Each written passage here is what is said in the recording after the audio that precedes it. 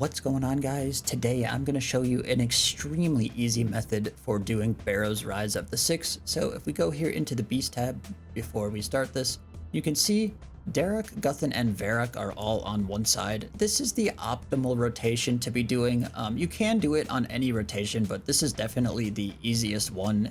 I'll put a link in the description to a calendar that has the rotations for every day. But yeah, this is definitely the easiest one. The only thing to note if you're going to be doing it off of this rotation is do not start on the side that Carol is on. And honestly, I probably wouldn't do this if Carol and Toreg are on opposite sides. You probably want these two to be on the same side just because you don't want to get bopped. You just have to tally out if you get bopped. And Carol, you don't want to start on the same side as Carol because it's completely awful. So yeah, definitely don't do that. But yeah, this is definitely the easiest rotation if you can get this specific one.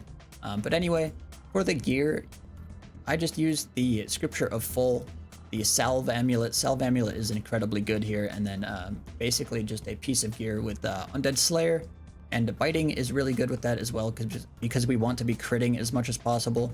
And then we also want to be using the Omniguard and Soul Lantern because we want to be able to hold 5 soul stacks for this method. So basically all we do here is we go over to Barrows.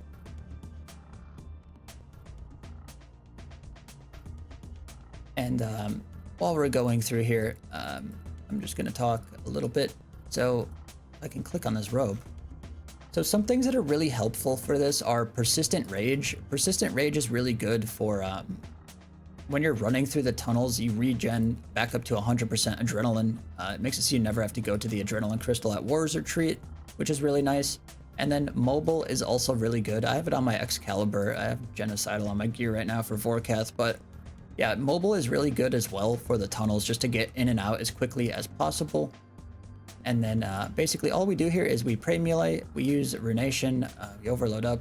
You can use any aura, to be honest, it doesn't even matter. And then all we do here is we conjure the ghost. You do not want to conjure all, and you do not want to conjure the skeleton warrior because they'll accidentally kill the brothers. So if you don't know how this works, probably explain it, just let the ghost die.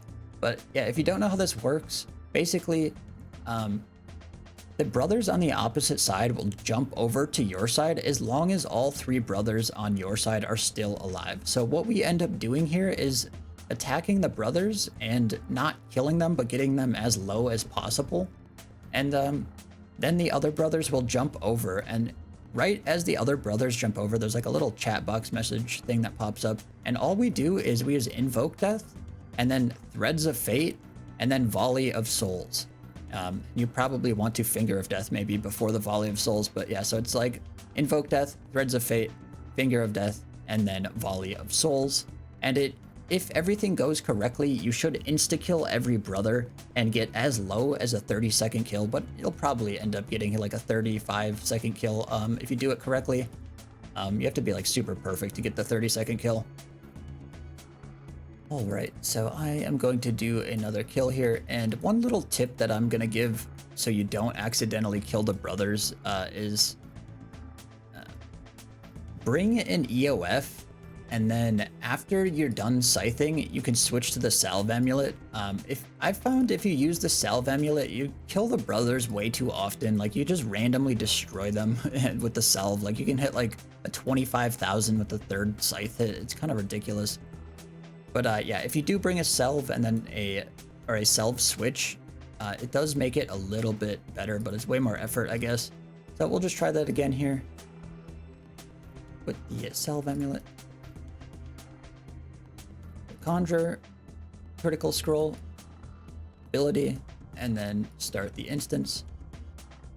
Then you can touch this guy first, and then you can scythe, and scythe, and then start moving around and building up. So now you can put on your amulet. Nice if we could get a click on someone that's not there, sounds weird.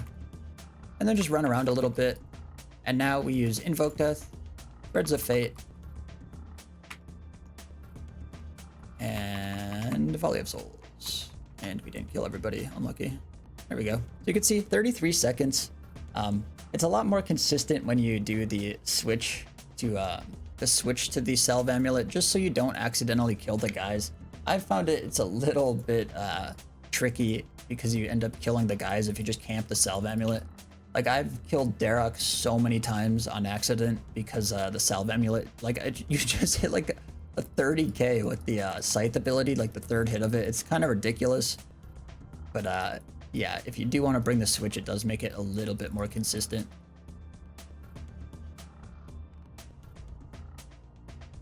And then you just sneak on out of here and steal the energies.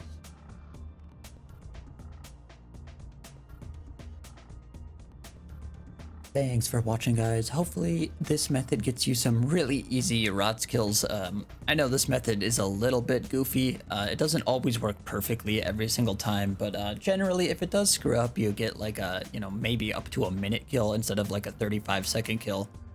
So yeah, it's not too bad even if it doesn't work perfectly. So yeah, if you guys made it this far in the video, drop a like on it, and thanks for watching, guys. I will see you in the next one.